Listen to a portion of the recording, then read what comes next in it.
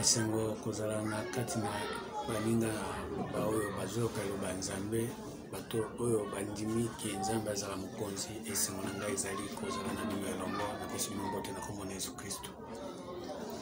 Kombo ya nzambe ekumisama na kati ya moko na moko soki ozondima koyoka to kokomprendre liloba ya boye mpe kotia na misala oza moto ya esengo.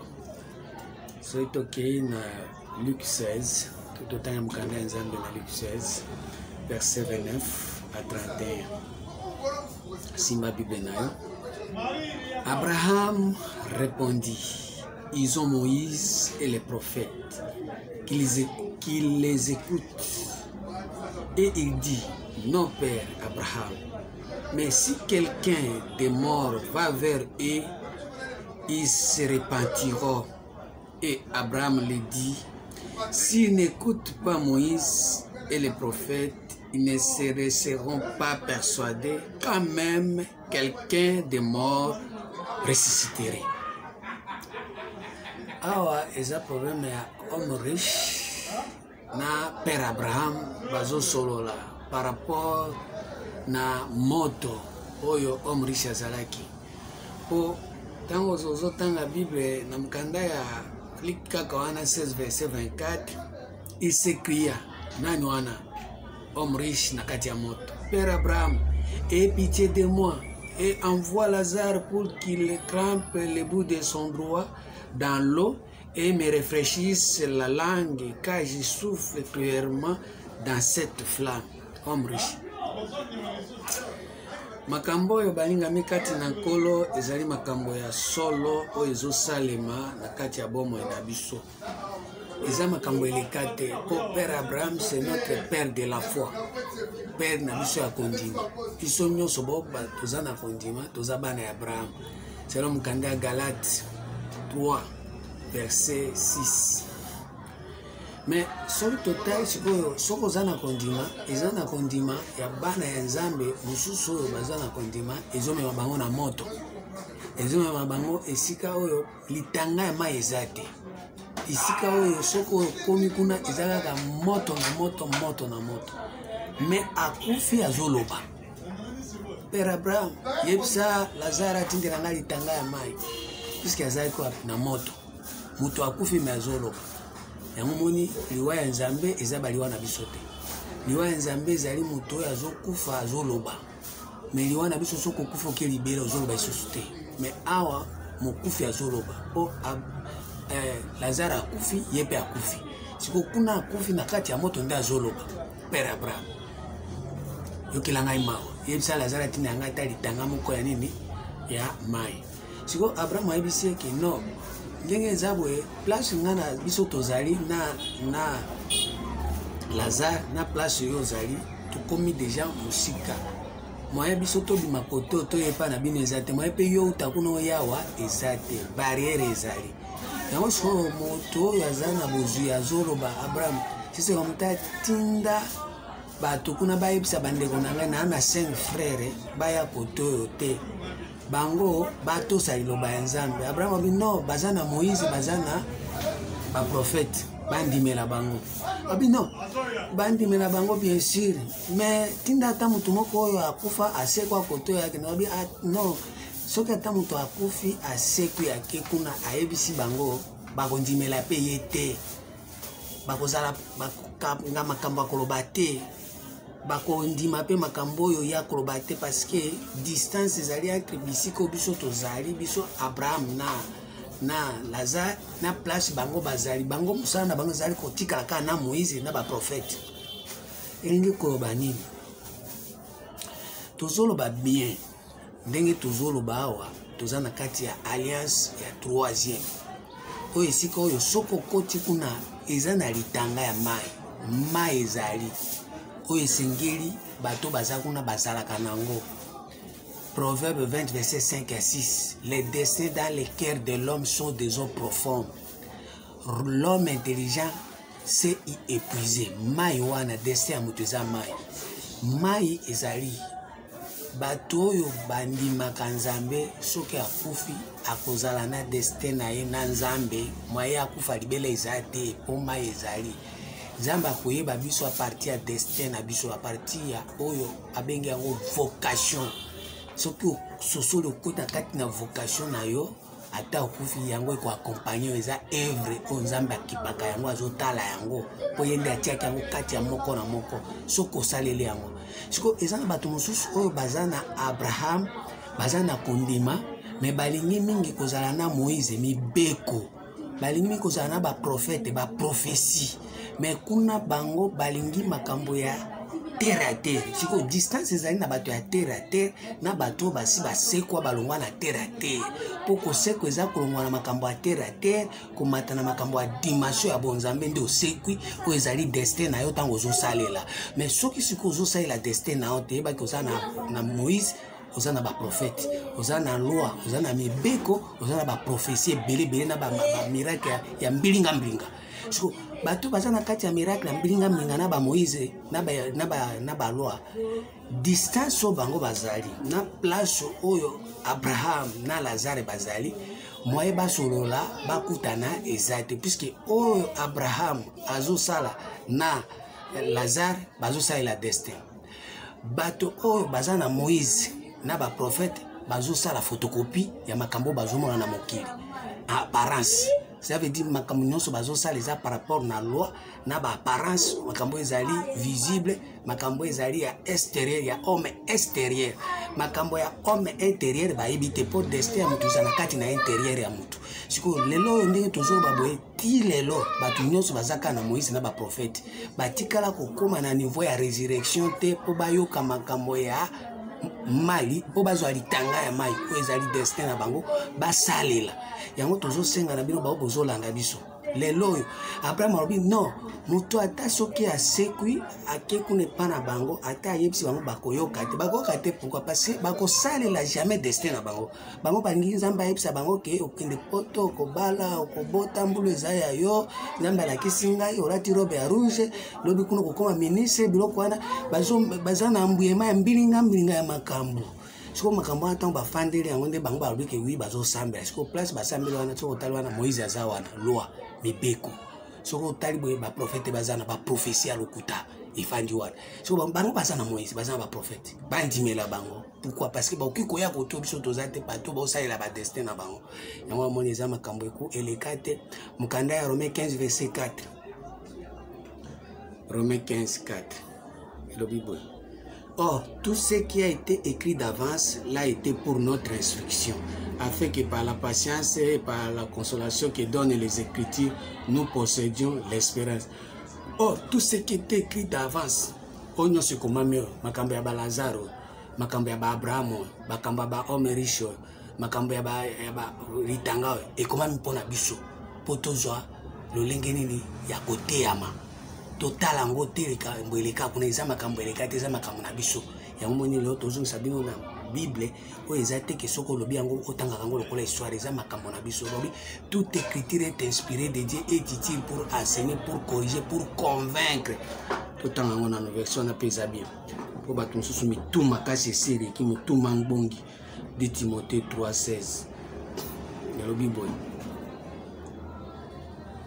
Toute écriture est inspirée de Dieu, et des inspiration en Zambé est utile pour enseigner. N'engem ba écriture wana ya Abraham wana na homme riche. Eza écriture eza bien pour na ko antangisa yango. Kotangisa ba biso ba toto za na bomo. Pour convaincre biso ba toto za bomo. To koza la convaincre na ba écriture oyo kaka wana ya Luc 16 wana. Pour convaincre, pour corriger. L'écriture wana kaiko corriger biso pour toujours tambola mingi na Moïse na ba prophète, mais toujours kokota na kati ya litanga esika mai destin ya mutu ezali te. Toko kokota kuna te pi eza pasi kokota pete. Pour convaincre, pour corriger, pour instruire dans la justice. Comment siko na minicho bato balingi iloba Nzambe kumemango na ndenge histoire nzoka nde eza réalité eza vérité eza vie esengeli to vivre yango asiko tozonga na Luc na biso Luc 16 wana verset 31 elobi boye: Et Abraham le dit, s'ils n'écoutent pas Moïse et les prophètes, ils ne se laisseront pas persuader quand même quelqu'un de mort ressusciterait. Ata mutu soki akufi na nini? Akufi alongoli makambo wana oyo eza na bomoi wana ye alongwe kuna aza kuna te. Abi nga biloko wana lingi yango soki. Soki siko ya akufi kote kuna alongwe kuna asekwi na destin na ye. Soki azwi siko makambo ya destin akitisi akende koyebisi kolakisa ba 5 frères wana baondima te. Po mutu nyonso akoti na kati na destin na ye akoki jamais kozonga lisusu kosala makambo ya Moïse na ya baprofete. Puisque baprofete bazo prophétiser makambo ezali libanda ya mutu. Makambo ezali mibeko ya libanda ya mutu. Mais destin ya mutu ezoba makambo ya kati ya mutu. Oeza na kati ya mutu. Les destins dans le cœur de l'homme sont des eaux profondes. L'homme intelligent s'est y épuisé. Place wana sikoyo bato baosala makambo ya kati na bato baosala ya libanda moye boyokana ezate boyokana ezate. Puisque distance ezali na makambo ya bonzambe na kati na makambo ya Nzambe ya libanda. Ya libanda bazosala par rapport na homme extérieur. Na kati bazosala par rapport na homme intérieur. Or Nzambe a communiqué na homme intérieur. Yango alobi Dieu est esprit, les vrais adorateurs doivent adorer le Père en esprit. Par un esprit par rapport na homme intérieur. Or ce qu'on adorer par rapport na homme intérieur, à ce moment au komi ko utiliser esprit na yo ndezo na communication na Nzambe. Corps o ekobima libanda eza par rapport ndenge oyokani na esprit ya Nzambe. Ndesko corps c'est-à-dire ba acte nyonso ko sala libanda eza par rapport na connaissance esprit. Yomo sikoyo Nzambe sikoyo na proverbe na Job 21 verset 22 Nzambe azo gouverner ba esprit. Ce qui a gouverné l'esprit, ça veut dire appeler la directive pour comprendre na kati tango kosala la libanda et utinde na kati. Ya moni Jésus a dit que moi et le Père nous sommes un. L'esprit et la parole ezaka moko. Ozo kanisa nde ozoloba. Ezate lelo ozo kanisa makamususu oloba makamususu. Pratique ce que bibo uzoba. Ya mwana ozo mona lelo ba te bere bazana esprit te, mais bazana pratique na parole o ezali na esprit te. Pourquoi? Parce que bazana Moïse, bazana ba prophète, mais batikali komata esika Abraham konima ya likolo ezali po ete bamona esika nini mai litanga ya mai ezali po litanga ezali parmi ba destin ya mutu makambo oyo akosala eze ebele mais moko moke oyo akosala ezali litanga. Ah Nzambe oeza université soki ndenge université céleste on peut s'en comprendre université céleste sikoyo problème ezani tango sikoyo Abraham a joué ça eboye yango moni même na Luc 16 wana verset 15 à 17 le Bible. Luc 16 verset 15 et le Bible. Jésus leur dit, vous cherchez à paraître juste devant les hommes, mais Dieu connaît vos cœurs.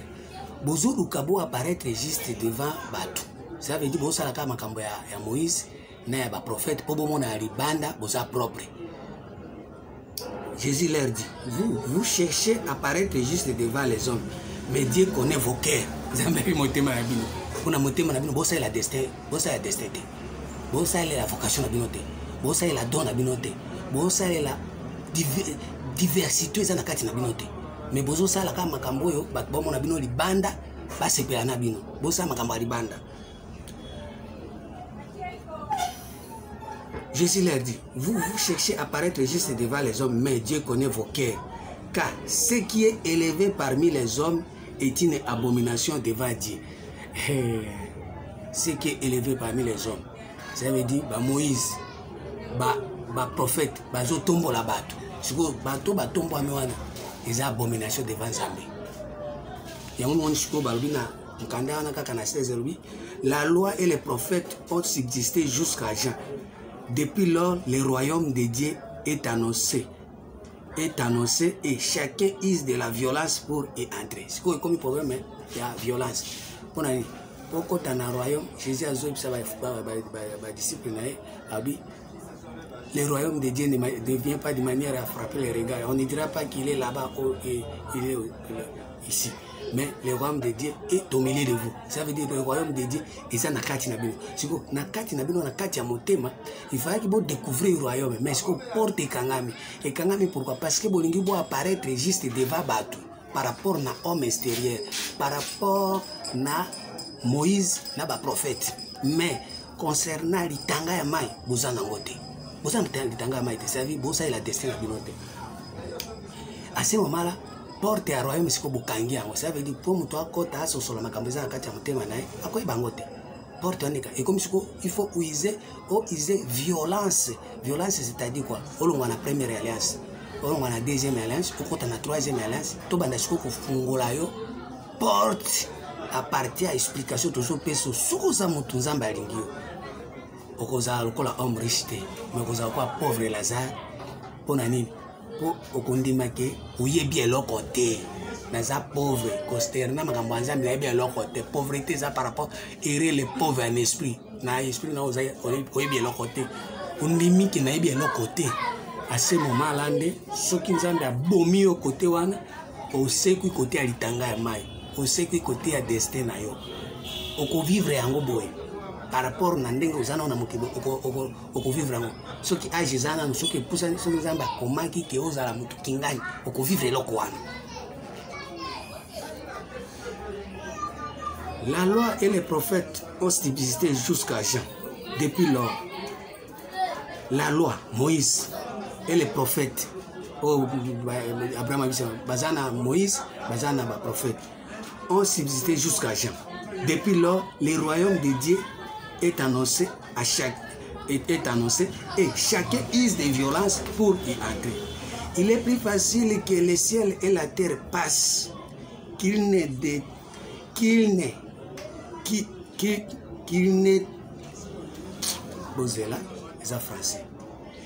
ne l'est qu'un seul train de lettres de la loi viennent à tomber. Alors, ils allaient facile, ils ont rappelé que ciel na terre et les cas. Ciel na terre nini ya Moïse na ba prophète na ba Eli eleka. Mais lettre mukanda nzambe maloba ya nzambe ata moko ko kitana sete, c'est-à-dire maloba o ezali na kati ya destin ya mutu ekoki jamais kolobama na lolenge ya Moïse na lolenge ba prophète. Ekolobama te. Pour distance ezali entre destin ya mutu na makamba ba prophète ya compliqué Bible na makamba mbilinga na ba loi na ba prophétie ya lokuta okende poto okobala okobota or na kati na biloko wana nzambe azana ngote eza biloko na biso ya mokili ya obali okufa okeli fero oke poto okufa okeli fero ozwi mbongo okufa okeli fero oboti ozwi bana okufa okeli fero po otikali kosalela destin na ote yango wana tozoloba na minute oyo makambo tozoloba lelo itangata moko ya liloba ekokita na sete. Il est plus facile que les cieux et la terre passent qu'il ne l'est qu'un seul train de lettres de la loi vient de tomber. Ata litanga moko ya mibeko ekokwea te. Ça veut dire litanga ya ma ekokwea te. Kokitisango kolobela ngona makambo ya pamba ya pumbulu makambo ya loi makambo ya ba prophète ekoloba mate. Ya omoni Abraham ayebisi distance ezali esika biso tozali na esika bango bazali parce que bango bazanga ba Moïse bango bazanga ba prophète mais koto tolobela makambo ba Moïse te tolobela makambo ya loi te tolobela makambo ya prophétie te mais awa tolobela makambo ya destin litanga eza destin ya moko na moko. Yango asiko bi soki mutu asa sekwi ata sekwi soki ake koyebisa bango bakoyoka te puisque ye mutu aseko ya kolwa makambo eza destin na ye bango bamesana kolwa makambo eza loi eza ba prophétie siko makambo wana na bango na ya bato ya se na bato ya likolo ekoyokana te yango litanga ya ekita te. Omoni soko zote ya liloba oyo eza na dimension ya likolo bamosusu obi lobango eza makasi loba eza makasi yebisa biso kaka ke nzambe alingi esili nango wana eza loi wana eza ba prophète yebisa biso nzambe alingi yo bongola motema esili eza ba prophète na ba Moïse baza na bino 5 frères ba 5 sens charnel 5 bonyama 5e jour nzambe asalaki bonyama Moïse nde afande wana azofri banyama azosopa makila ya banyama ya bonyama siko biso toza na posa te bonyama eumela esengeli mutu nyonso oyo aza na kati ya moto oyo ayebiki aza na nzambe te moto eza nini Hébreu 12:29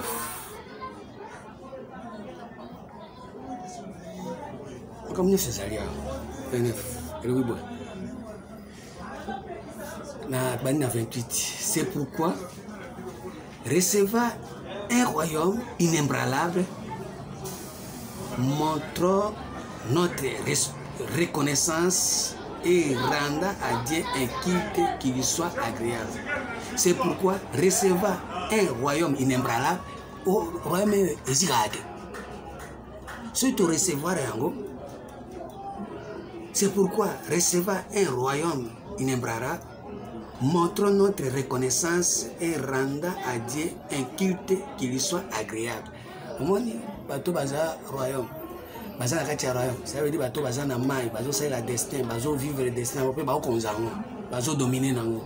Poso koti na kati ya royaume, o banande ko dominer destin na yo za likolo nango. Ozo o manipuler ngo. Eza royaume oyo eza inébranlable. Avec piété, avec crainte, car notre Dieu est aussi un feu dévorant. Nzambe pe azali moto ezozikisa, c'est-à-dire tango nyobe ezoya ezolakisa yo homme riche, richesse nini boyebi mingi ya terre à terre, boyebi mingi charnel, boyebi mingi mondaine, boyebi mingi ya ba vanité. Siko yo mutoza wana liloba kaka oyo koyo nde kolakisa yo ke moto ezozika, puisque zo monisa makambo nyonso wana eza na moto, mai eza te, destin eza te, oza na kati ya moto. Liloba wana siko ekomi kozikisa yo pe ekomi kodécourager yo kolakisa yo ke oyebi eloko te. Yango wana nazokisa bino bao bozolanda biso ke ntango ekoki oyo esengeli bino nyonso tokota na kati na badestin na biso po ete Nzambe tokota na royaume oyo eza inébranlable obanda kodomine na destin na yo moyen susu oluka makambo baproblème bitumba koswana koyina kolukila bato bave koprive bato bakola te batikala kaka ndenge wana yo moko nde okola koambuye bato esila.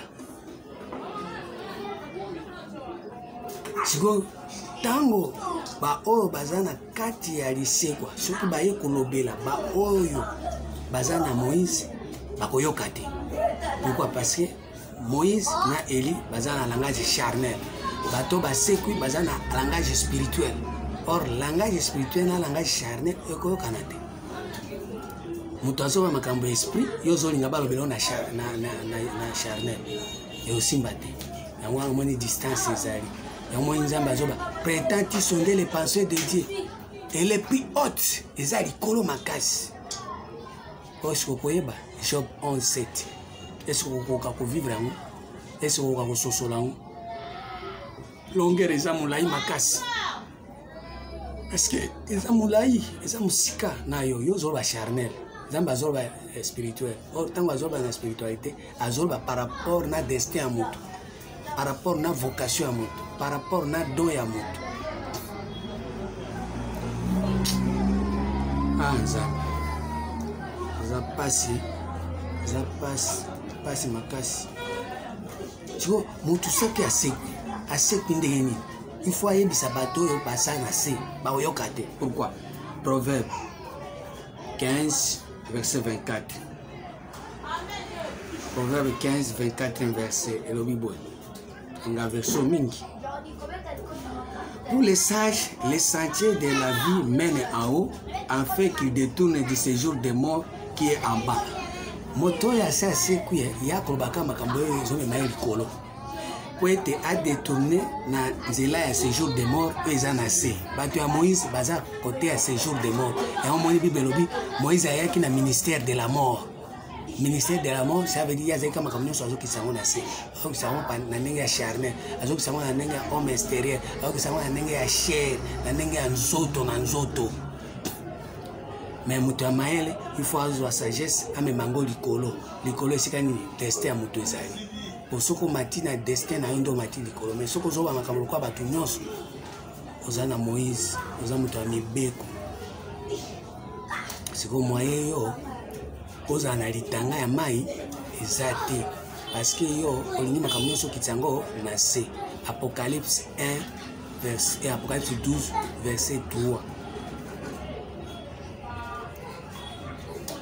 Apocalypse 12 verset 3. Un autre signe parit encore dans le ciel. Tonzolo ba ciel est ce qui fungwami. Mais ba ciel mususu ezaka na ba signe nango ezo apparaître. Yango moni Jésus tango atindi ba 70 ba keko bunda babi. Jésus ba disparu. Ba démon ba tous biso na kombo na yo Jésus alobi je voyais Satan tomber du ciel. Oh ciel oyo Satan zaki na kati eza ciel oyo tozo tanga ngwa. Un autre signe parit encore dans le ciel et voici c'était un dragon rouge ayant 7 têtes et 10 cornes et sur ses têtes 7 diadèmes. Sa queue a traîné les tiers des étoiles du ciel et les jeté sur terre. Les dragons s'étaient devant la femme qui allait enfanter afin de dévorer son enfant lorsqu'elle aurait enfanté. Comment est-ce que makambo elekate? Bato mususu baza na ciel, ça veut dire ba mati na dimension moko boye ya deuxième ciel. Na premier ciel. Au ciel ya Moïse, na ciel ya Élie. Mais ba signe wana ya paraîtra. Na premier ciel, na deuxième ciel. Mais moto afandeli ba ciel wana eza dragon. Dragon aza na première alliance, premier ciel. Paul il fit la vision sur le troisième ciel. Toza na trois ciel. Ciel mususu eza na dragon, eza na nyoka. Ciel mususu eza na Satan. Luc 10 verset 17. Je voyais Satan tomber du ciel. Au moins siko yé soki Satan aza na ciel wala. C'est-à-dire so za na première alliance. Na ciel la première alliance. So za na ciel la première alliance eza Satan. So za na deuxième alliance eza dragon. Siko dragon azwa ka ba étoile nyonso akitsango api na se. Olia matisa likolo. Olia ala kisayo étoile po yeba destin na yo. Au matsayo te. Au kitso na se pa la kiso makambo ya buzoba, makambo ya mokili, makambo bato nyonso ba yebi, makambo nyonso bato basalaka. À ce moment-là, signe wana ko apparaître po ezo kaka étoile na yo wana. Olie o briller te tango kitisi yango na na mokila. Okoma te mokila ozaka mutu te. Omo osama makambo nyonso ezo simba te. Osama makambo nyonso yo na nzambe boza musika. Nzambe azali kolo yo za mokila. Jésus a la tête, yo a le queue. Oyebite. Jésus a la tête, yo a le queue. Olie yo pose la tête ici là Jésus azali mais yo za mokila. Côté dragon azali. Côté dragon alingi azuba étoile na yo esengeli briller mais étoile wana kesi on a c'est puisque na ciel kuna eza ba diversité. Nkanda ya Romains 15 verset 40 à 41 total. Dormez 1 Corinthiens 15. 1 Corinthiens 15, verset 40. 1 Corinthiens 15, verset 40. Ruby Boy. Il y a aussi des corps célestes et des corps terrestres. Mais autre est l'éclat des corps célestes et autre celui des corps terrestres. Autre est l'éclat du soleil. Au moins, c'est un corps qui a un éclat du soleil. Vous oubliez le quoi soleil. Autre l'éclat de la lune. Et c'est un corps qui a oublié le quoi la lune. Et autre l'éclat des étoiles. Même une étoile diffère à l'éclat d'une autre étoile. Ça veut dire que ozaki mutoyo ozali parmi batoyo bazana litanga bato bosa la destin na bango okobrier lokola étoile. Muto azo sa ya destin na okobrier lokola lune. Atozo briller mais obrier lokola lingi kobani même na politique okobrier. Soza ministre mboke bonga. Même oza directeur makambo ko bonga. Eza moi baline wana même étoile ezo créer na butu ça veut dire la fonction so ko sala eza na musala il faut ekende liboso po ozo briller eza ba mususu bazo briller lokola soleil bazo pela makasi mingi ba soleil wana eza basali ya nzambe neti ngabwe ngazo pela lokola soleil no pela makasi pona pela na moi butu te so za na moi so za na jour ngana ko éclairer yo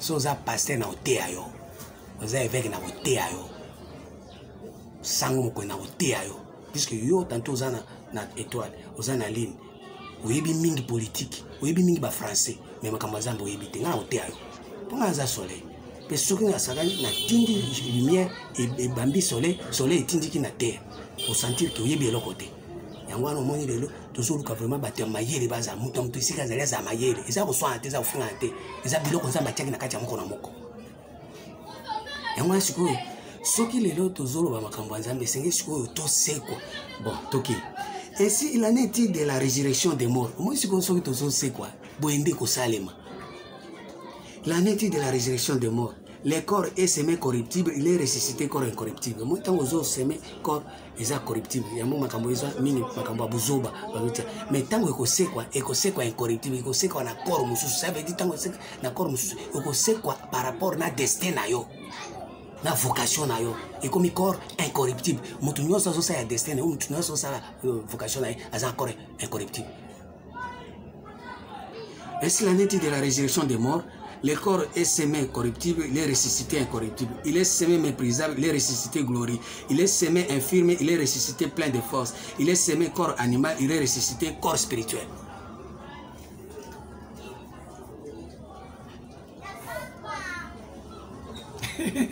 Ils ont corps.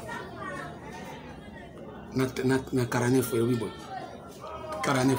Et de même que nous avons porté l'image du terrestre, nous porterons aussi l'image du céleste. Ça veut dire corps céleste. Nous avons respecté l'étoile.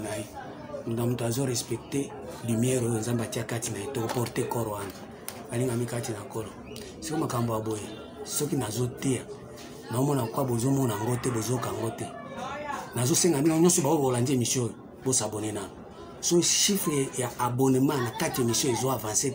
Ça veut dire Mateo donc na Tanzanie. Donc kasi na Rwanda. Donc na Bujumbura. Et ba Congolais botikala ka ndengo wana. Tango bato bakoyoka ba okangango bakoya ko coloniser bino spirituellement. O bakoyeba makambo ba okangango ba coloniser bino spirituellement. So ibo s'abonner te. Donc 400 ans on a brasa. Donc on a Angola. Nous a Congolais.